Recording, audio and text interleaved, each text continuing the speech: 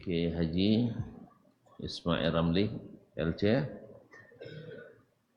para asatidzah, para musyrif, para karyawan, dan yang sebanggakan ananda, para santri Mahat Tafiz Al-Madaniyah,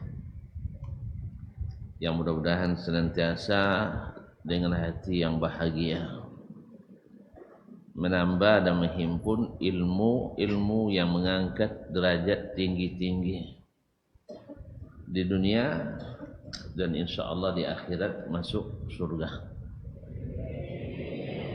Oleh itu patut kita bersyukur dan bahagia memuja dan memuji nama Allah atas nikmat yang diberi ini. Mudah-mudahan semakin hari semakin kita nikmati. Ilmu ini semakin dipelajari semakin nikmat. Bukan tambah berat, tambah ringan. Mudah-mudahan dengan semakin bersyukur hati, maka menuntut ilmu semakin nikmat di hati. Mudah-mudahan imam kita, contoh kita dalam masalah ini adalah Nabi yang dikatakan oleh Allah kepadanya, waqur rabbi zidni ilma. Katakanlah hai Muhammad sallallahu alaihi wasallam, ya Rabbi, tambahlah ilmuku. Rabbi shrah li sadri wa yassir li amri wahlul 'uqdatam min lisani yafqahu qawli. Maka banyak-banyak berselawat pada beliau sebagai doa untuk beliau, karena telah membuka jalan ini untuk kita. Semoga selawat dan salam kita senantiasa menghiasi majelis-majelis ilmu kita, dan di akhirat mudah-mudahan kita berbahagia mendapat syafaatnya. Ma'asyiral ikhwah wal akhwat yang dirahmati Allah, kembali melanjutkan bersama Imam Ibnu Jamaah dalam Tazkiratu As-Sami' wal 'Alim bi Adabil 'Alim wal Muta'allim. Masih dalam pasal ketiga tentang adab seorang alim bersama para penuntut ilmunya secara mutlak dan di halaqah tempat dia memberikan ilmu tersebut. Ada 14 yang disebutkan oleh Syekh. Yang pertama sekali kemarin adalah mesti mengikhlaskan niat. Mesti mengikhlaskan niat, yaitu dalam mengajar, menggambleng, mendidik dan menebarkan ilmu dan menghidupkan syariat ini. Karena hidup syariat, maka hidup kita bermanfaat. Semakin hidup syariat Allah, semakin nyaman kita di bumi Allah. Tapi kalau enggak hidup, maka semakin susah. Dalam laporan akhir kemarin tahun di kepolisian Kota Pekanbaru, alhamdulillah cukup berkurang kriminalitas. Karena orang Pekan banyak mengaji nampaknya. Nah, Tibun harus juga. Ya. Jadi semakin mengaji dan menghidupkan syariat, maka akan menurunkan perangai-perangai jahat. Maka tuan-tuan ini adalah orang-orang pagar-pagar syariat Islam itu. Mana tahu nanti sampai ke taraf yang lebih tinggi, yaitu para petinggi mau menjadikan syariat sebagai yang tinggi. Kalau nak cari bukti, carilah negeri yang paling aman di dunia, yang paling meninggikan syariat Allah Subhanahu wa ta'ala. Negara mana yang paling aman hari ini? Hah? Mana? Iran,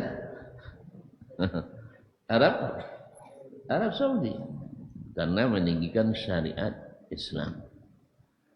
Doakan mereka jangan sampai surut, karena banyak tekanan dari dunia Islam sendiri. Sampai ada yang mengatakan orang Arab mesti belajar Islam ke Indonesia biar maju. Ia maju mengembangkan aliran-aliran sesat. Sahih. Di Indonesia alhamdulillah terbanyak aliran sesat yang dibiarkan. Sampai MUI tak punya kemampuan ya kadang-kadang dalam menegaskan. Karena terlalu diberikan sering dengan obat paracetamol. Ya, obat penenang. Ya, tenangkan aja dulu, tenang, disuruh tenang. Nah ini menjelang puasa ini dah mulai risau-risau juga kita. Sebab ada yang bisa nelpon Allah Ta'ala. Iya, 1101 katanya. Jadi nanya dengan Allah Ta'ala, iya, kapan boleh puasa? Akhirnya mereka puasa 10 hari sebelum kita. Nah, dibiarkan lagi, nanti datang lagi yang lain. Ada lagi yang syekhnya langsung ke rumah bulan, nengok anak bulan. Akhirnya puasa 3 hari sebelum umat Islam. Yang lain. Dah, ada pula yang menjadikan patokan tanggal puasa bukan 1 Ramadan, tapi bulan Februari. Karena dengan alasan kemajuan ilmu teknologi dan astronomi. Kita katakan ini juga punya andil membuka kesempatan-kesempatan untuk meninggalkan sunnah Nabi alaihissalatu wassalam. Akhirnya menimbulkan bukan perbedaan lagi matalik, perbedaan orang puasa dalam satu negara dengan negara lain, tapi menyebabkan satu rumah tak sama puasanya. Dan ini tak pernah terjadi kecuali di negeri Konoha. Mohon maaf saya tak paham makna Konoha. Kalau salah tolong dikasih apa makna Konoha. Anda tahu? Tapi sudah masyhur ya Konoha. Saya tak tahu apa arti, terus terang. Kalau sempat salah dari sekarang saya minta maaf. Ya kalau sempat tidak bagus bahasanya, saya ikut-ikut aja, taklid jadi. Nah, ya, akhirnya makanya jangan buka peluang untuk itu. Apa yang disyariatkan itu yang kita tinggikan. Inilah perlu kita menuntut ilmu. Ikhlas ya. Baik. Adab yang kedua, qala rahimahullah taala, ats-tsani, ini perkataan judulnya dari penulis, bukan penulis, dari muhakkik. Dari penulis, alla yamtani'a min ta'limit talibi li'adami khulusi niyyatihi. Yaitu seorang alim juga tidak tidak menghindar, tidak meninggalkan santri atau murid yang belum ikhlas dalam menuntut ilmu. Ya biasa. Kita kadang-kadang dalam menuntut ilmu itu karena melihat orang begini, cinan pula kita seperti itu. Misalnya si fulan yang alim dengan ilmunya dikenal di mana-mana. Akhirnya kita ingin pula terkenal dan viral di mana-mana. Itu ada. Atau misalnya nengok jenderal, masya Allah, asal tunjuk saja. Kadang mendopak orang begini, siapa katanya kan? Tidak ada yang berani melawan. Ingin pula seperti itu. Ada pula orang yang masya Allah dengan ilmunya banyak pitinya. Setelah banyak pitinya, banyak pula bininya. Cinan pula orang seperti itu. Misalnya. Nah, seandainya seorang guru, seorang alim melihat tanda itu, pada seorang muridnya, tapi dia mau belajar, tetap diajar. Tetap diajar. Walaupun belum ikhlas. Apa sebab? Saya mengatakan fa inna husnan niyati marju lahu bi barakatil ilmi. Karena nanti keikhlasan niat itu akan datang atau diharapkan dengan keberkahan ilmu yang dia dapatkan. Macam mana tidak? Sebab semua ilmu yang akan kita pelajari nanti itu mengajar kita ikhlas. Lihat, kalau antum belajar hadis, pegang Sahih Bukhari, hadis pertama, innamal a'malu binniyat. Sahih? Akhirnya mengajarkan lagi untuk berniat, mengikhlaskan niat. Buka pula Al-Arba'in An-Nawawiyah. Sah? Hadis pertama, innamal a'malu binniyat. Dan banyak kita ulama dimulai dengan innamal a'malu binniyat. Dan tidak jarang guru-guru kami, Ustaz ya, setiap awal semester selalu bicara niat. Kadang-kadang bongi pula awak jadinya, Ustaz lah ikhlas ini ya. Akhir itu kan, bagu gak lo Ustaz dulu ya. Ustaz ni mau gaji junyinya. Ya, memang ikhlas tu tidak diterima gaji. Hah? Weh. Boleh enggak orang ikhlas terima gaji? Boleh kan? Nah. Jadi orang pergi berjihad, ikhlas enggak? Ikhlas. Setelah berjihad dapat bagian enggak? Terus pokoknya kalian ikhlas saja, ghanimah enggak boleh dapat. Gitu? Enggak kan? Jadi setelah berhasil boleh bagi-bagi hasil. Sah? Begitu juga dengan berdagang, begitu mencari, begitu juga ngajar. Kita ikhlas mengajar. Tapi tiba-tiba di akhir bulan berdenting notifikasi kredit sekian juta. Sah? Boleh kan? Boleh.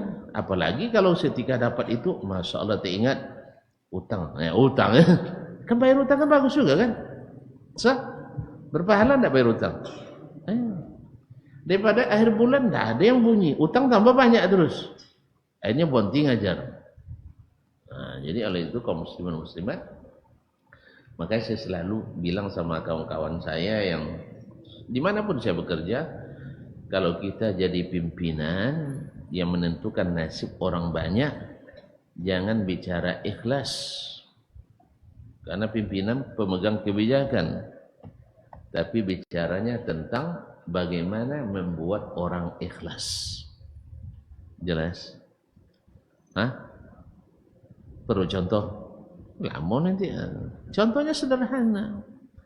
Saya pernah mengajak anak buah saya lembur sampai jam 2 malam. Nah, lembur kerja dari pagi kan, habis itu sampai jam 2 malam. Kira-kira kalau dia pulang, istrinya sambil ngantuk-ngantuk buka pintu, dikasih 25.000, senang nggak dia? Hah? Enggak ya? Kan bisa beli es krim 5 itu. Enggak senang ya? Ya, Masya Allah. Kalian tahu ya perangi mak kalian ya. 5.000 tak apa.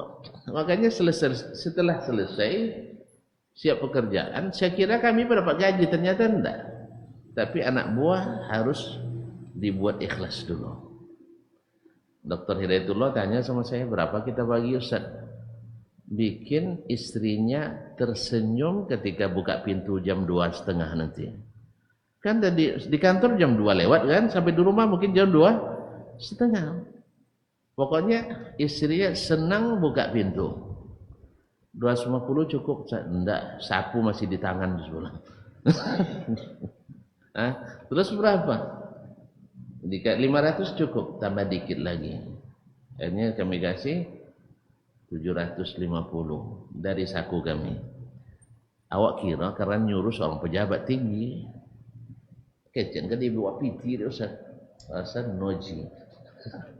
Apa sebab? Tidak ada SK-nya. Saya tahu juga setiap pekerjaan yang tidak ada SK, tidak ada gaji, tidak ada honor. Dua orang mereka masing-masing kasih 750 ribu rupiah. Besok balik kantor pagi sekitar menjelang zuhur mereka bertemu sesama keduanya. Golak binin malam ustaznya. Apa itu? Dan langsung buka pintu dan bininya amplop nyinya. Apa nyinya sudah itu? Asuk lembur lah tahu bangnya. Nah, kalau kita bisa buat orang rindu bekerja dengan kita, itu yang harus dilakukan oleh para pimpinan.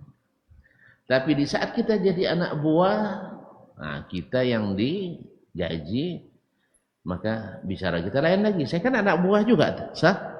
Di satu tempat saya anak buah, di tempat lain saya bos. Bos.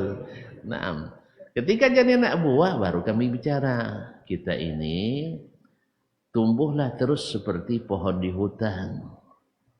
Pernah disiram? Pernah disiangin? Enggak kan? Tapi lebih subur dari pohon yang di kebun kita. Mana yang subur? Pohon di hutan atau pohon di kebun kita? Tengoklah matua di hutan lebih subur atau matua yang di halaman kita? Di hutan. Siram tak disiram, siang tak disiang, dijenguk tak dijenguk, dia tetap tumbuh subur. Jelas? Dipoto tak dipoto? Tetap ikhlas. Jelas? Kalau begitu, itu di saat kita yang jadi anak buah. Kalau jadi pimpinan, menjaga keikhlasan orang. Jelas? Jangan beri seikhlasnya, tapi beri yang membuat dia semakin ikhlas. Paham? Nah, jadi kalau ada orang misalnya tidak ikhlas dalam belajar, ajar aja dulu, karena nanti ilmu itu akan membuat dia semakin ikhlas. Karena keberkahan ilmu yang berkah membuat orang itu ikhlas. Makanya kita lihat sahabat sekali menuntut ilmu sama Nabi, dengan mudah meninggalkan semua yang biasa mereka kerjakan karena ikhlas. Jadi lama mereka nuntut ilmu dengan Nabi, akhirnya datang larangan minum khamar. Padahal minum khamar itu kebiasaan sehari-hari mereka, kayak minum teh. Tahu kalian orang barat sekarang minumannya? Kalau ada tamu, minum apa? Minum teh. Orang barat, orang kampung, minum whisky, minum anggur yang dibuat tahun 1973, lama ya. Nah, dibuat bertahun-tahun. Itu sekali hirup mabuk. Begitulah dulu orang Arab itu, jahiliyah. Tapi ketika turun innamal khamru wal maisir wal ansabu wal azlam rijsum min amali syaitan fajtanibuh. La ilaha illallah, kata Anas, banjir jalan-jalan di Madinah karena semua arak dibuang ke jalan. Sampai bukan hanya araknya saja, tempat-tempat penyimpannya pun dipecahkan. Sebab kalau tidak dipecahkan nanti diisi lagi. Sah? Diisi lagi. Jadi hijrah itu totalitas. Tempatnya pun dipecahkan. Aduh, kan datang disiksa iblis itu kan. Kalau kita simpan tempatnya, ikut atau buang-buang, tapi harus diisi juga. Sah? Akhirnya dipecahkan semua. Ini tidak ninggalkan rokok supaya payah. Sampai berbantah pula sama bini. Berhentilah bang merokok tuh bang. Abang dah ngaji deh.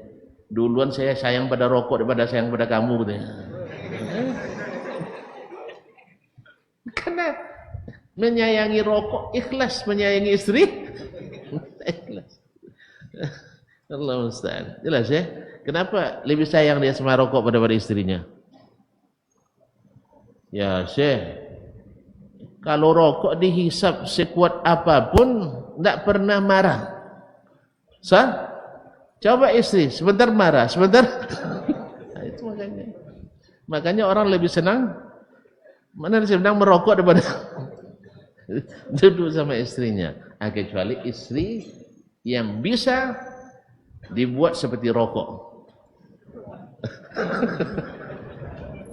Iya deh, diletak di mana pun dia tidak marah, tuh. Berasap-asap dibuatnya tidak marah. Nah, ini tidak, istri bantah terus itu ya lah. Makanya dia bilang lebih dulu saya cinta pada rokok pada kamu katanya. Mudah-mudahan ayah kalian tidak seperti itulah. Nah, ya. Itu ayah kami dulu. Nah, ayah kami dulu ya. Kalau ayah kami sekarang enggak. Nah. Ini bersyukur ya. Kamu lebih kucintai dari rokok. Karena Anda mengaji. Akhirnya sudah mengaji, ikhlas. Orang ikhlas mudah untuk meninggalkan semua berat kalau tidak ikhlas. Tapi kalau tidak ngaji berat. Makanya kalau tuan-tuan lihat masjid sebentar selesai orang ngaji. Tapi sejak saya SD pakai tangguk tuh ngambil tengah jalan, saya tengok masjid tidak selesai-selesai. Sejak SD lewat itu tidak selesai sampai gini. Tahu pakai tangguk di tengah jalan tuh. Iya, orang tengah jalan berapa dikasihnya? 1.000 lah. Itu lalunya pula duitnya. Tahu duit lalunya? Salah-salah tarik koyak dia. Tapi kalau orang dah ngaji, dengar man bana lillahi masjidan banallahu lahu baitan fil jannah. Dengar itu, woi, berontak itu rekeningnya. Keluarkan saya. Akhirnya ketika sumbangan, orang bukan sumbangan, dia bilang besinya semua yang saya yang tanggung. Ya, dengar bilang besi di ujung situ, di ujung sana, semennya saya yang tanggung. Masya Allah. Datang lagi sini, ustadznya saya yang tanggung. Masya Allah. Hanya selesai masjid. Ada lagi lebih dahsyat lagi. Tentu yang duitnya dahsyat juga. Tankernya besar. Ustadz, di mana bagusnya bikin masjid? Berapa ukurannya Pak? Ya tidak besar betul lah. 40 kali 50. Masa? 40 kali 50. Terus tanahnya, jangan tanya tanah Ustaz, berapapun siap saya guling. Masa, sendiri Pak, sendiri. Di mana dapat kaji? Dengar Ustaz Ismail ceramah katanya. Masa, jadi ilmu tuh bikin ikhlas. Jadi kalau ada yang belum ikhlas awal, biarin aja dulu. Apalagi orang baru ngaji kan. Makanya nanti kan kadang-kadang sebagian kita itulah datang orang pakai celana jin. Tuh celana jin. Jinak jin sama. Nah, aneh ngomong semua. Akhirnya tidak jadi ngaji orang tuh. Nah, terima aja dulu. Dia nak ngaji kok. Kan tidak mengacau kan? Kan tidak mengacau dia untuk ngaji. Mungkin belum ikhlas. Kita ikut. Tak usah. Ya, siapapun boleh hadir di majelis kita untuk mengaji walaupun belum ikhlas misalnya. Taib, ain marjun lahu biwarakil ilmi, karena keikhlasannya nanti diharapkan dengan berkat ilmu. Qala ba'dus salaf, berkata sebagian as-salaf. As-salaf tahu kan? Yang mengikut Nabi dan para sahabat. Bukan yang hidup di masa itu aja. Sebab yang hidup masa itu ada juga Abu Lahab, enggak salaf namanya noh. Jelas? Tapi salaf itu jenis tertentu, yaitu Nabi dan para sahabat. Talabna al-ilma li ghairillah fa aba yakuna illa lahu aw lillah. Awalnya kami menuntut ilmu bukan karena Allah. Maksudnya waktu kecil-kecil dulu. Daya tariknya karena dilihat orang berhasil dengan ilmu, akhirnya selamat. Mungkin pernah kalian dengar kisah awal Abu Yusuf Al-Qadhi, murid Imam Abu Hanifah, awal untuk ilmu, masih ingat? Masih ya? Awalnya kan ayahnya ngajak kerja di pasar, jadi buruh kasar, ngangkat barang orang, dapat upah. Buruh kasar, ya, jadi buruh kasar di pasar, sehingga perangainya kasar, sah, dan upahnya membuat orang tidak sabar. Nah, kerja berat, gaji kecil. Allah musta'an.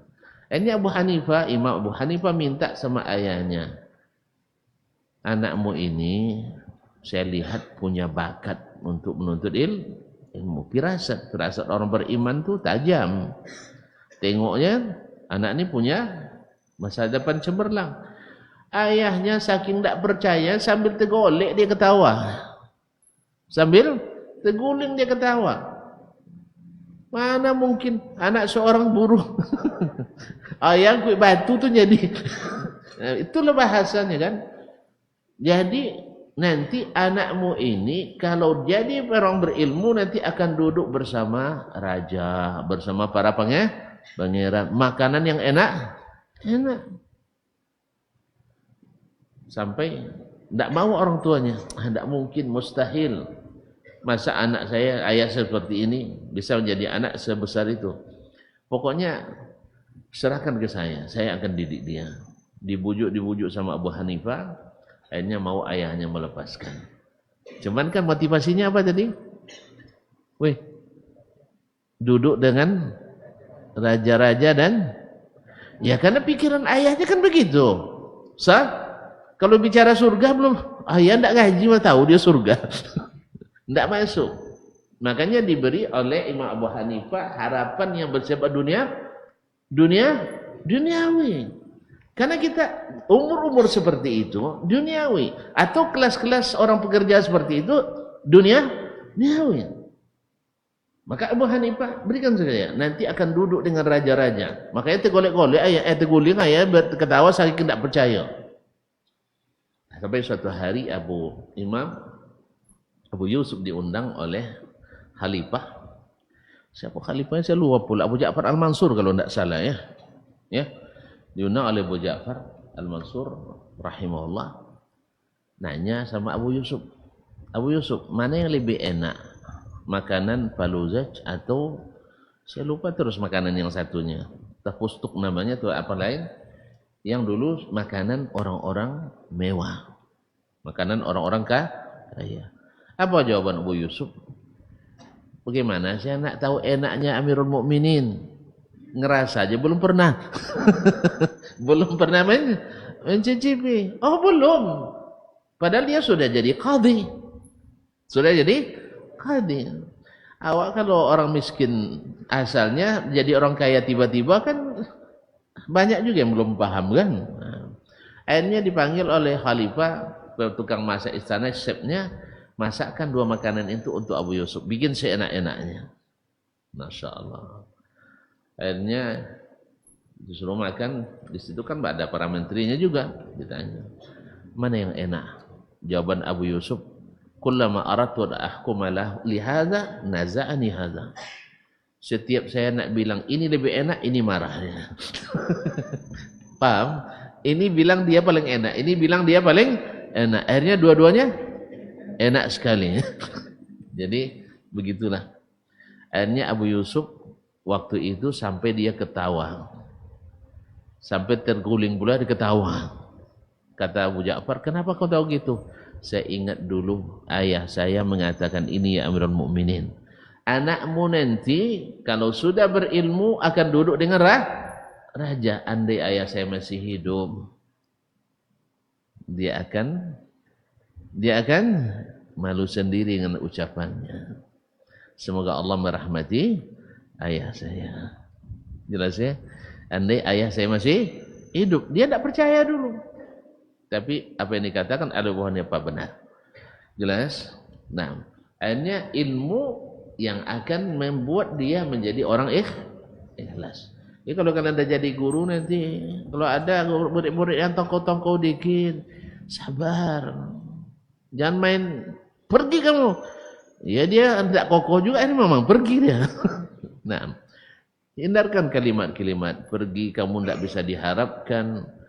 Karena memang ada juga ulama besar salah ngomong gurunya, ya, yang guru kebetulan pula adalah mamak dia, atau mamak saudara ibunya. Itu seperti Imam Abu Ja'far At-Tahawi rahimahullah, awalnya berguru pada Imam Al-Muzani. Imam Al-Muzani murid Imam Asy-Syafi'i. Imam Al-Muzani adalah mamak atau mamak Enggak tahu ya? Pak apa? Hah? Pak D atau Pak Le? Hah? Saudara ibu. Kalau di sini panggil mama. Nah, saudara ibu. Saudara ibu Abu Ja'far Al-Muzani badi adik jama' Imam Abu Ja'far At-Tahawi. Suatu hari diajar sama pamannya, enggak paham-paham juga si siapa? Abu Ja'far At-Tahawi. Apa kata Abu Al-Muzani kepadanya? La ya'ti minka syai'. Kamu ini tidak bisa diharapkan ini. Tersinggunglah hati kawan. Dia belajar lah. Bongak bono. Gitu. Biasalah kalau mama yang ngajar gitulah. Paham saya? Awak ngajar istri kan kayak itu juga. Ngajar istri orang kan tidak pernah marah kan? Kalau ngajar istri sendiri sering marah. Ini ustaz yang ngadu ke kitanya. Bini ustaznya dikritik apanya? Abang maju mahasiswi tidak pernah bongi dirinya, tapi dia maju bongi tahu ininya. Antu ya mahasiswi dapat jawaban kok tidak si dapat. Nah, jadi biasalah karena kita sudah bersaudara. Jadi kadang-kadang memang biarlah istri orang kita yang ngajar, istri kita orang yang ngajar. Allah musta'an. Nah, jadi katanya kamu tidak mungkin layak timikasi. Kamu tidak bisa diharapkan ini. Bongak bononya. Padahal Imam Asy-Syafi'i guru Al-Muzani ngajarkan ke dia. Al-Muzani, Asy-Syafi'i ketika ada muridnya yang tidak paham-paham, datang ke rumahnya, diulang terus sampai dia paham. Akhirnya dia bilang, ya Rabi, law istata'tu an u'timaka ilman la at'amtuk. Andainya ilmu ini bisa saya suapkan, akan aku suapkan kepadamu. Masya Allah. Ya, kalau bisa disuapin aja, lebih enak kan, cepat. Sah? Disuapkan setengah jam selesai, habis itu tidur nyenyak kan? Tiba-tiba kau pulang dah jadi alim. Sah? Hanya orang pergi ke pondok, makan, tidur. Setelah itu jadi ulama pulangnya. Banyak juga saya tengok tuh. Alim pun daripada awak lagi. Padahal orang dah mau pulang, dia masih gocek-gocek kepala matanya habis tidur. Nah, tiba-tiba pulang jadi ulama besar, alim budak dia awak kadang. Allah musta'an. Jadi kaum muslimin muslimat yang mati Allah, kalau bisa disuapin, saya suapin ilmu itu. Begitulah Imam Asy-Syafi'i. Akhirnya tersinggunglah hati Imam At-Tahawi. Jadi awalnya bermazhab Syafi'i, pindah ke guru lain yang bermazhab Hanafi. Itulah ceritanya kenapa Abu Ja'far At-Tahawi pindah mazhab dari Syafi'i ke Hanafi. Tidak leo belajar mama ada. Mama pembohongi ini. Padahal Al-Muzani sama murid yang lain tidak ada pembohongi lah. Paham? Di antara muridnya yang jadi kan Imamul A'immah Muhammad ibn Ishaq ibn Khuzaimah.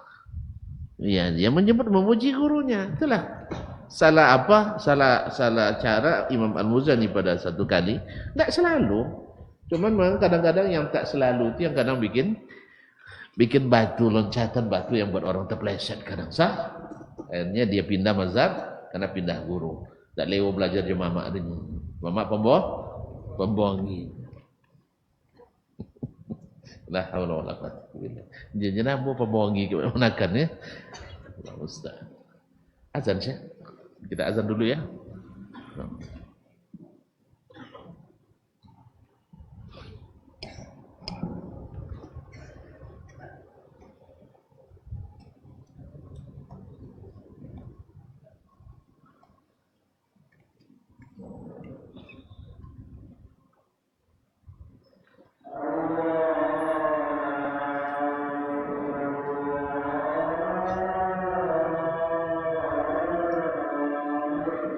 Allahu akbar.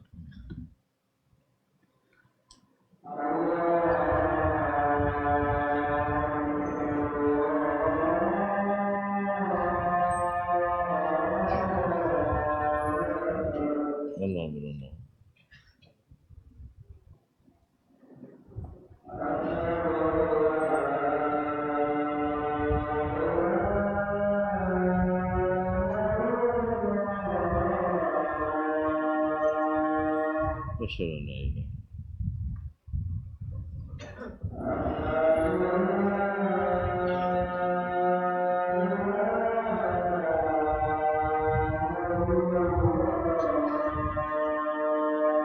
أشهد أن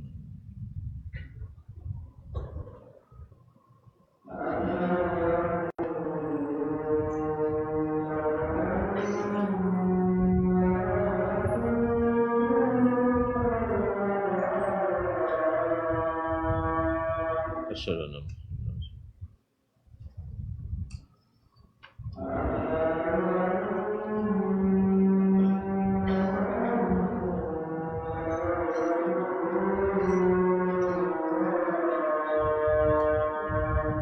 أشهد أن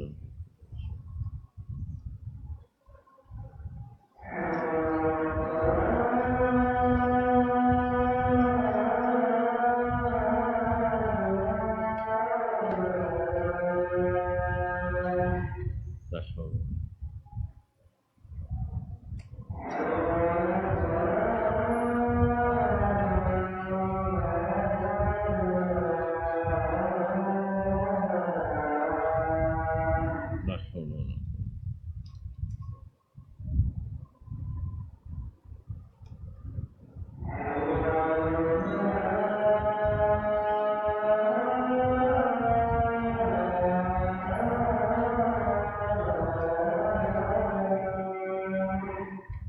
حول لا حول ولا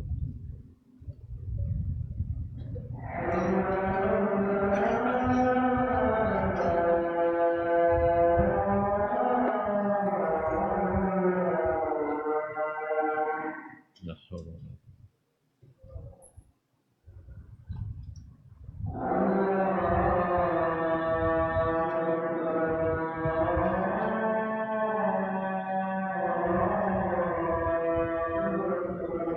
الله الله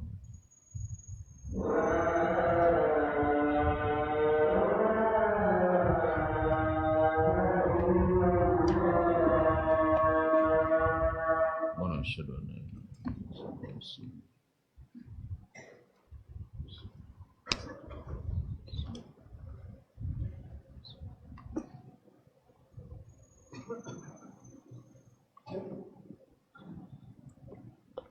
الحمد لله.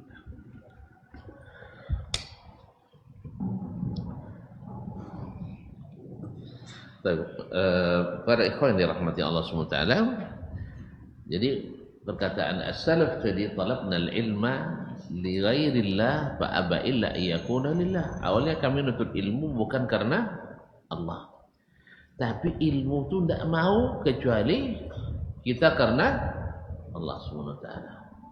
Jadi ilmu itu akan memberikan kita petunjuk untuk menuntut ilmu lillahi wa ta'ala. Ini perkataan diriwayatkan dari Al-Hasan Al-Basri. Ada pula yang meriwayatkannya dari Imam Sufyan Ats-Tsauri. Sufyan Ats-Tsauri. Kemudian qila maknahu, dikatakan maknanya adalah fakana aqibatahu ansara lillah. Ujung-ujungnya penuntut ilmu itu kalau dia mengamal dan mengikuti ilmunya akan menjadi menuntut ilmu lillahi ta'ala. Oleh sebab itu seorang guru, seorang alim jangan tergesa-gesa untuk menolak orang yang belajar walaupun bukan karena Allah Subhanahu wa taala. Nah, wa li'anna ikhlasan niyyati law surita fi ta'limil mubtadi'in fihi ma usri ala katsiri minhum la adda dhalika ila tafwitil ilmi katsiran minan nas. Sebab kalau niat ikhlas itu disyaratkan dalam mengajar para pemula yang susah didapatkan yang seperti itu pada kebanyakan mereka, maka ujung-ujungnya adalah menyebabkan proses transformasi mengajarkan ilmu itu akan luput dari banyak orang. Jadi kalau mau belajar ikhlas ya, kalau tidak ikhlas tidak boleh masuk. Tidak ada santri di Madaniyah aja. Sah? Kalau kita mengajar di masjid, tanya pula jemaah, ada ikhlas? Kalau tidak, keluar dulu. Tinggal dua lagi. Sah? Yang sempat anak syaratkan tinggal mau dia amatnya nih. Amat dia, itu pun karena nyoting banyak. Kada pele. Jadi tidak mesti disyaratkan. Tapi dalam kajian akan ada arahan sengaja tak sengaja direncanakan tanya pasti akan ada yang mengarahkan kita pada keikhlasan. Baca hadis man bana lillahi masjidan. Lillah juga sah. Man talabal ilma ya yabtaghi bihi wajh Allah. Ikhlas lagi. Baca lagi hadis man shalla lillahi rak'ataini. Lillah lagi kan. Man tawadda'a fa ahsana al-wudu' thumma shalla. Lillah lagi sah. Kemudian siapa yang baca Quran lillah juga. Artinya semuanya ilmu itu menggiring kita untuk lillahi ta'ala. Ya tidak apa-apa. Apa masuk Madaniyah? Deh. Madaniyah itu banyak kawannya. Mantap, tidak ada masalah. Sah? Apa sebab? Kabar makanan lomak situnya. Man, tidak masalah. Teruskan. Sah? Apa kata Madaniyah? Ya, hafalan banyak di situ. Teruskan. Nanti ilmu itu akan mengajar kita untuk ikhlas. Jadi jangan buat syarat tu saat di brosur nanti syarat pendaftaran, syarat umum mesti ikhlas ni. Mak payah latihan tu saya. Sebab kata Imam Sufyan Ats-Tsauri, ma'alattu syai'an ashadda alayya min niyyati. Tidak ada yang lebih sulit yang saya bolo, yang saya pelihara, yang saya usahakan kecuali niat. Itu yang paling payah. Itu yang paling payah. Oleh sebab itu, maka kita tidak bisa menjamin niat kita. Tapi kita hanya bisa mengusahakan keikhlasan niat. Diusahakan terus, Karena niat itu selalu berubah-ubah. Lakin Syekh yuharridul mubtadi'a ala husnin niyati bitadrij. Tetapi Syekh, yakni seorang guru, secara berangsur menghasung, mendorong, memotivasi murid-murid untuk ikhlas menghadirkan niat. Qaulan wa fi'lan. Ini harus sejalan ini, yaitu baik secara ucapan maupun secara perbuatan. Nah, ini yang kadang-kadang mohon maaf ya. Ini banyak juga kesalahan dari pihak mengambil kebijakan. Kadang-kadang guru demo gara-gara gaji terlambat. Guru demo gara-gara gaji terlambat. Itu sudah itu ngajar di kelas. Ananda harus ikhlas ya. Tengok deh, ke foto apa? Potong kolu pak, demo pak. Gara-gara gaji terlambat. Tidak sesuai ucapan dengan perbuatan. Ada lagi, masya Allah sampai nangis-nangis khutbah tentang niat. Khutbah Jumat bicara tentang mengikhlaskan niat. Sudah itu dapat amplop dari pengurus. Awalnya tebal, dikiranya uang 100 10 lembar. Ternyata uang 10.000 10 lembar. Ini ada terlanjur pula nelpon kawan-kawan. Wih, kita traktir kawan di tempat yang lumayan kan. Satu porsi 150.000. Undang 3 orang. Bulan kita makan di situ ya. Awalnya tengok kan tentang ambil malu-malu kan. Setelah sampai lokasi baru tengok tidak ada jemaah lagi. Ternyata uangnya 100.000. 4 orang 600 kan. Sah? Ada telepon lagi kawan, tak jadi kawan. Ampun tak bawa dompet deh. Rupanya uang 10.000 isinya 10. Nah, itulah akhirnya gagal jadinya. Ada pula yang lain. Apa celako pengurus ni. Itu sawilah pengurus celako. Didengar oleh muridnya.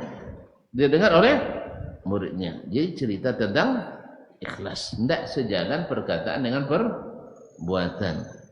Atau misalnya dibawa kawan 2 hari, tidak ada pakai makan lah. Orang disuruh bekerja, awak yang dapat gaji. Tapi pas memberi, tidak pandai membagi. Paham ya? Akhirnya tentu orang bilang, Ustaz tadi lama cerita tentang ikhlas. Tak boleh, tak apa, kurang tak boleh jadi. Jadi tak sesuai qaulan wa fi'lan. Ini menyebabkan tidak berhasil dalam pendidikan. Ada seseorang berurusan dengan pejabat di institusi pendidikan. Taklah tanggung-tanggung profesor lo di bidang hadis dulu. Ya. Masalah mudah, tapi di tangan dia sulit, tak bisa diselesaikan. Tak izin tapi izin haji, izin umroh saja. Senang ya urusan. Tapi jadi sulit. Akhirnya apa kata mahasiswa ini?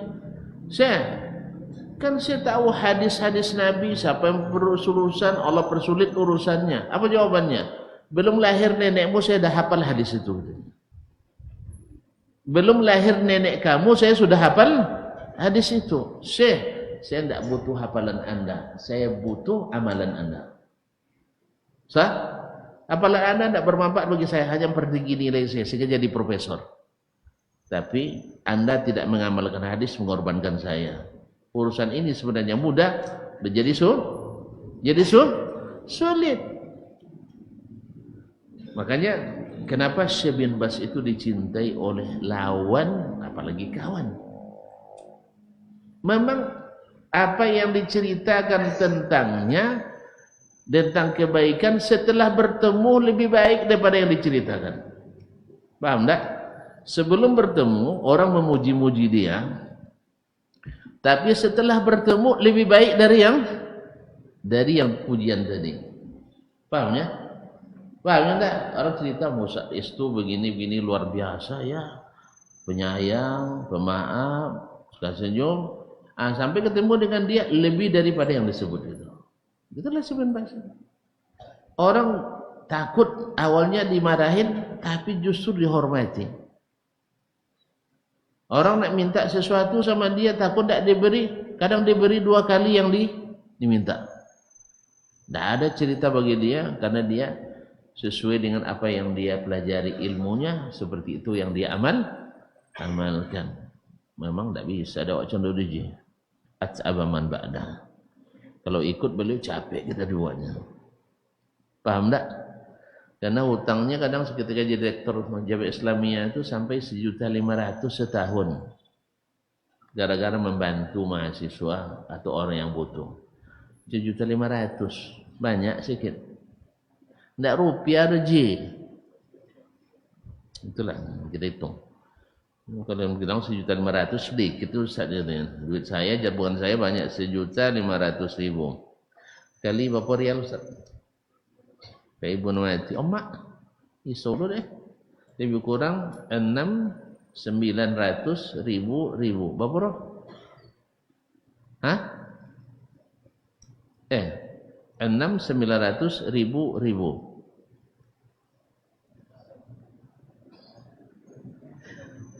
6.900.000.000 rupiah. Banyak sikit.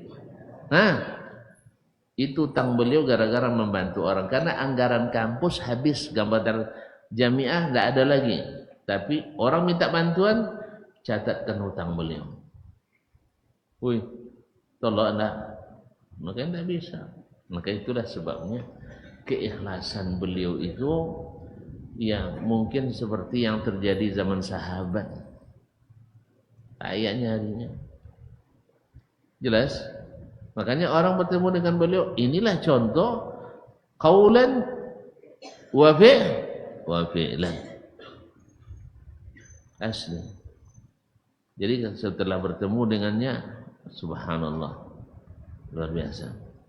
Jadi ini yang diajarkan olehnya. Makanya murid-murid beliau orang-orang hebat-hebat. Qaulan wa fi'lan. Kalau ada muridnya yang tak elok tu tak dapat di-share dia, puangainya sendiri mana puru. Nah, tapi rata-rata kita bertemu dengan murid-murid yang belajar dengan beliau dengan sungguh-sungguh, akan kita dapatkan dia ikhlas perkataan dan perbuatannya. Wa yu'allimuhu ba'da ba'da unsihi bihi annahu bi barakah husnil niyati yanalu rutbatal aliyati fil ilmi inal ilmi wal amal. Dan setelah merasa dekat dengan guru, lalu dia ajarkan bahwa dengan keberkahan niat yang baik, Ananda akan nanti mendapatkan tingkat yang tinggi, baik di dunia ilmu maupun di dunia pekerjaan. Sebab orang yang di dunia ilmu terangkat, nanti di pekerjaan juga akan diangkat. Allah yang jamin, yarfa'illahu alladhina amanu minkum walladhina utul ilma darajat. Makanya ketika kawan-kawan junior-junior saya bertanya, apa yang kami lakukan Ustaz supaya nanti pulang tidak susah? Saya bilang, apa yang bikin kalian susah pulang? Paya je kojo de kojo sabanyak-banyak ananya dan piti tidak ada dan. Ya kalau kojo bah, asal mau bekerja banyak kerja, tapi piti tidak banyak dah. Tapi kalau rezeki banyak. Tahu tidak Ustaz? Piti itu sebagian kecil dari. Tahu piti? Tahu piti? Masa tidak tahu? Tengok. Enggak. Jadi piti itu sebagian kecil dari rezeki. Biarlah piti tidak banyak, yang penting rezeki banyak. Saya apa contoh rezeki banyak? Tidak apa piti, dapat je umrah. Tidak apa piti, dapat je pai haji. Apa tu piti tak kena banyak dah. Tak bisa pai umrah. Tu tak zaki tu kan? Awak tidak apa piti, dapat je sedekah. Apa tu bertimbun piti, ndono bersedekah. Tak punya rezeki. Awak tak apa piti, makan lomak tu. Injo banyak piti, iso makan. Makan non mani, gula. Makan garam, bongi. Tapi makan leh, makan non mata. Apa dia lambung. Makan non masak, dia hati. Makan piti ada uang, sakit palo. Jadi tidak ada rezeki. Piti banyak, rezeki tak ada. Itulah makanya kalau loca jalan, tidak bawa motor pada. Inyo mau locaru. Dia ada mobil, tapi kalau hujan, tidak dibawanya mobil, takut kotor. Akhirnya dia yang basah-basah, mengharung lumpur. Gara-gara apa? Duit banyak, rezeki tidak ada. Sampai makan nasi bungkus, makanan siang dibungkus untuk malam hari. Tahun dulunya, tidak lo boleh terlalu sebolah. Piti banyak. Akhirnya mati dunia kita dibagi-bagi orang. Tidak dapat rezeki. Kalian mau piti banyak apa rezeki banyak? Nah itulah. Makanya apa syaratnya? Profesional di ilmu. Kalau kalian terangkat di ilmu, otomatis terangkat di pekerjaan. Alhamdulillah. Also Ustaz, alun pernah melamar kojo ya. Pernah melamar kojo? Kojo minta. Ya, selalu diminta. Apa sebab? Itulah tadi. Saya ketika menuntut ilmu tadi berusaha untuk tidak memikirkan pekerjaan. Sebab ketika masuk fakultas hadis, guru saya marah. Guru saya di Jakarta, apa dia hadis yang masuk? Hadis itu payah orangnya, payah cik kojonya. Pertama, Ustaz, Buya, saya suka yang susah-susah. Yang kedua, saya belajar bukan untuk cari kerja, tapi supaya dicari oleh kerja. Dia tidak cari kerja, tapi kerja cari kita. Makanya saya usahakan selama di sana tidak bekerja yang sifatnya cari uang, tapi kerja yang menghasilkan uang, tidak apa-apa. Paham tak? Paham tak? Misalnya kan dilarang oleh kampus kita bekerja, maka saya tidak bekerja. Tapi ketika kampus utus saya bekerja, saya kerjakan. Paham? Habis itu dikasih biti, boleh kan? Alhamdulillah, dengan izin. Nah, tapi curi-curi waktu, alhamdulillah saya tidak mau. Tapi kalau diizin, saya mau. Makanya itu oleh kampus ke mahkamah atau pengadilan tinggi Madinah. Alhamdulillah on call ya, bukan setiap hari, on call. Ada kasus dipanggil. Kemudian kejaksaan tinggi Madinah. Lumayan lah. Makanya saya sering keluar masuk penjara di Madinah. Bukan karena kasus orang. Saya jadi penterjemah. Orang banyak kesalahan Ustaz tuh katanya. Bukan, gara-gara orang bersalah awak masuk. Allah musta'an. Nah, ini paham juga dia hukum-hukum, bagaimana penanganannya, bagi interogasi, aturan-aturan internasional. Saya banyak tahu dari situ. Nah, jadi kalau orang cerita-cerita buruk nanti tentang Saudi, walaupun dia punya data, tapi tidak pandai mengolah data. Karena dia bukan pelaksana di lapangan. Walaupun profesor doktor kalau tidak tentu kan tidak jawabir kan tidak di lapangan lah. Walaupun dia profesor doktor tidak tentu cadiak ya dia cadiak tapi tak berilmu. Ini adalah komentar lempar nih boleh senjata untuk membunuh orang Islam dia ininya ya itu kan bicara-bicara Syiah biasanya hanya itu ya.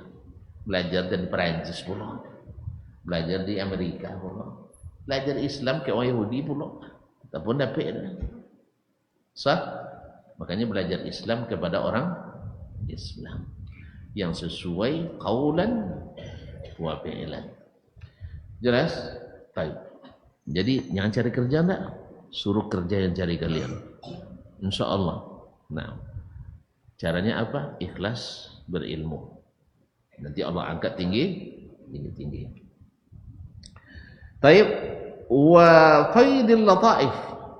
Banyak hal-hal yang limpahan lataif. Latifah ini sesuatu yang berharga tapi tak kita kira.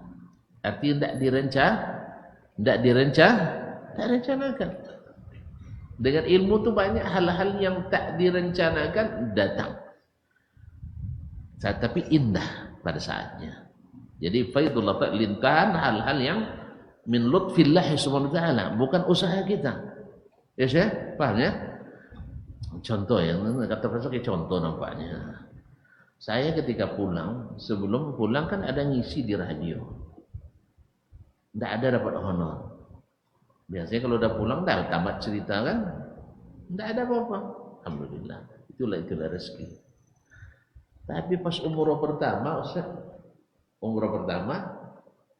sampai di Madinah, baru saya aktifkan nomor Saudi, saya masih aktif. Karena saya kan banyak ngisi itu, jadi 5 tahun setelah tamat masih bisa dipakai. Nah, itu terakhir bukan karena habis masanya, tapi karena rusak. Karena kita tidak tinggal di sana lagi, tidak bisa disambung lagi. Hanya baru saya pasang chip SIM cardnya, datang telepon dari tidak salah Mujamma' Malik Bahar, anak Syekh Saleh Suhaimi, Syekh Abdullah bendahara itu. Assalamualaikum. Wassalam. Syekh Dasman? Iya. Di mana antum? Saya di Madinah. Gaji turun katanya. Masya Allah. Padahal saya dalam perkiraan saya tidak akan ada lagi. Alhamdulillah datang. Tahu tak kalian jumlahnya berapa? Tunggu dulu, ada lagi yang lain masuk. Ya, malamnya, bukan malam, petang harinya datang lagi telepon dari Radio Jeddah. Dr. Dasman? Nah, ana min idzadatil Jeddah, Idzadatul Mamlakah di Jeddah. Baik, mukafa'atuka kharajat. Mukafa'ah dah keluar. Kemana kami transfer? Untung Rajihi masih hidup. Rekening saya masih hidup. Kirim ke sini. Alhamdulillah. Awak tak kira-kira dapat, ternyata dah dapat. Ada minal lataif. Artinya aneh tapi nyata tidak diperkirakan. Akhirnya apa? Saya kumpul uang itu, tambah pinjaman dari keluarga, dapat beli mobil. Tapi bukan mobil kayak mobil ustaz. Mobil butut lah. Iya, tapi masih kuat lari. Saya coba waktu itu selesai khutbah Jumat di Bangkinang, sampai saya mengikuti rapat di UIN 40 menit. Weh, dari Bangkinang sampai ke UIN Suska karena mengikuti rapat. Katanya jam 2 harus sampai. Alhamdulillah saya karena baru kan, pejabat baru kan, lari sekencang. Pada waktu itu jalan banyak lubang tuh. Tahun 2009 tuh banyak lubang masih kan. Di sini tuh banyak lubang depan dulu. Buktinya pernah pecah ban mobil saya di situ tuh. Iya di situ lah. Lewat apa nih? Iya di situ. Sekitar 200 meter dari sini. Lubangnya besar. Akhirnya dapat beli mobil. Masya Allah. Sah. Akhirnya sebelum saya nerima gaji di UIN, saya sudah beli mobil supaya kalian curiga. Sah. Nanti kalau beli mobil setelah jadi pejabat di UIN, mana PPT dia kan? Ya kan? Alhamdulillah. Jadi saya dapat dari mana? Dari yang tidak direncanakan dan tidak diniatkan. Nah, kejutan-kejutan ini jelas ini perlu. Sah? Dengan ilmu juga. Sampai ketika melamar umi kalian. Ketika melamar, tahu tak kalian? Pertama, saya tidak punya duit, tidak bersiap. Badan kurus, rambut lurus, pakaian tak terurus, dompet kurus. Iya, bentuk tak menjanjikan dah. Melamar, terlihat pula gadis cantik. Anak orang kaya. Cinan pula. Ya Allah. Tapi subhanallah, sesuai komentar nenek saya, kalau ndak ada kalau ndak ada berilmu, cucu awak gaya ndak tahu lo ada datang dia nyinya. Coba bayangkan. Sampai ini nyinya.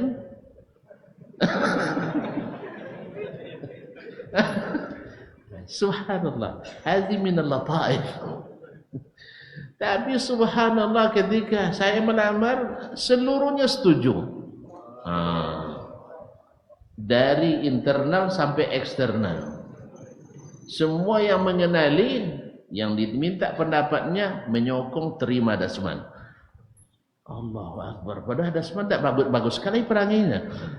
Cuma gitulah dia tanya sama ustadznya, terima Dasman. Tanya sama sepupunya, terima Dasman. Ayah dan maknya sambil marah-marah. Kalau kau tak terima, iya doa di padang Arafah. Iya doa di padang Arafah. Ya Allah beri saya istri yang salihah, cantik tidak masalah asal kaya.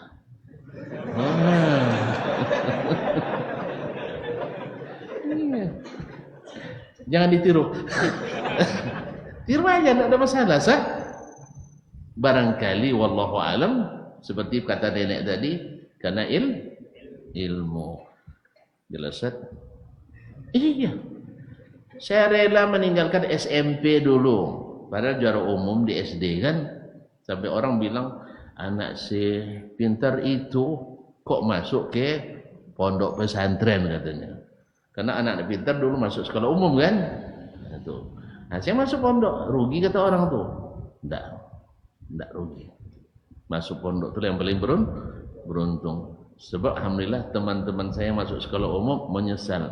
Apa ndak pejuang kami dulunya kan? Alhamdulillah. Contohnya Pak Habibie menyesal. Kenapa sih tidak seperti Dasman katanya? Beliau bilang, andainya saya masuk pondok pesantren dulu, lalu saya jadi kiai dan ulama, pasti manfaatnya lebih besar.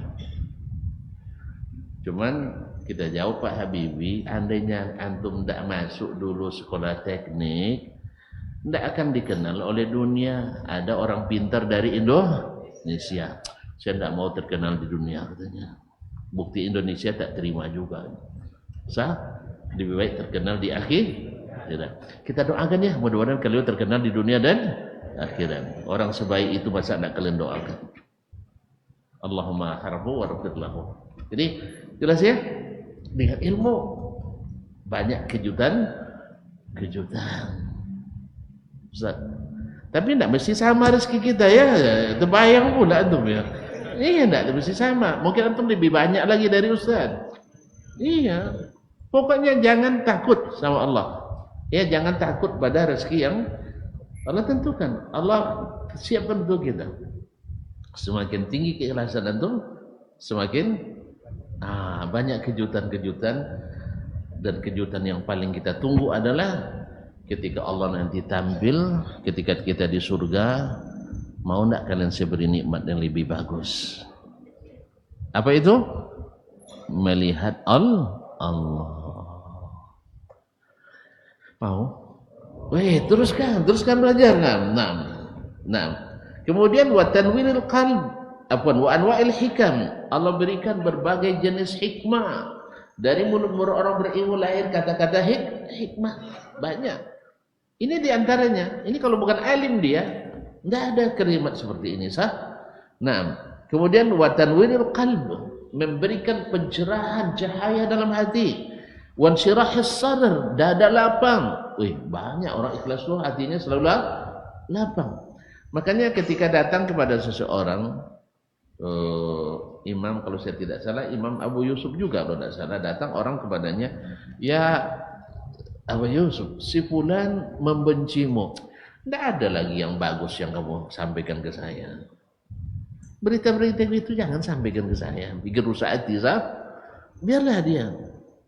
Begitu dia lapang. Kalau orang baca sampai iya, akhirnya buat makar lagi. Mana cara menghindar? Dia bicara menghancurkan orang. Tidak.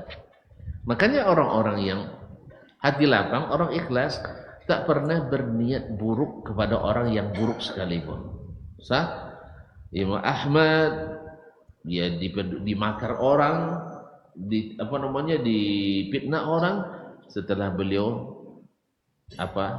dibesarkan oleh bebas, justru sekarang orang-orang yang menghina beliau sekarang dalam keadaan bawah, datang murid-muridnya, iya Abu Abdullah, tidak kita balas, awak lo mainin ya kan, kemarin mereka yang main, sekarang kita lagi yang main. Kata Imam Ahmad, amma baini wa bainahum faqad ahlaltuhum, urusan saya dengan mereka, kezaliman mereka pada saya sudah halalkan. Sampai ke Cindara dipukul loh, dicambuk sampai di penjara, tapi Imam Ahmad bilang sudah saya maafkan. Ikhlas gak tuh? Ikhlas gak? Makanya ahli sunnah itu bisa seperti itu. Kalau bid'ah tidak bisa. Awas, kalau kita berkuasa kita habisi mereka semua. Makanya ahli bid'ah itu payah ikhlasnya. Buktinya tidak siap menerima yang datang dari Allah dan Rasul saja. Cari yang lain. Kalau sunnah tidak, harus dari Allah dan Rasul. Lapang hatinya. Ibnu Taimiyah juga kayak gitu. Dia maafkan. Jelas? Mau kan seperti itu? Nah, ini kadang memaafkan guru aja tidak mau ya. Guru dikasuskan sama polisi, ya malulah pada dunia. Masa guru kita dilapor ke polisi? Salah. Memang tidak ada yang tidak salah, tapi sampai melaporkan guru merusak dunia pendidikan. Yang buat aturan tuh harus dilapor ke polisi ya. Karena buat aturan yang tak mendidik seperti ini, sehingga banyak, ini baru dibilang sama Ahmad tadi, guru dikeroyok oleh murid. Auzubillah. Oh, kami dulu dilocui, ngadu ke ayah jamak kan, ditambah ya ada harapan lagi walaupun sanak polisi tentara tidak bakal. Nah, kecuali yang rusak-rusak. Nasallallahu alaihi wasallam. Kemudian wa taufiqil azm. Kemudian azam kita selalu dikuatkan, dibenarkan Allah SWT. Wisabatul haq, dan senantiasa menepati kebenaran.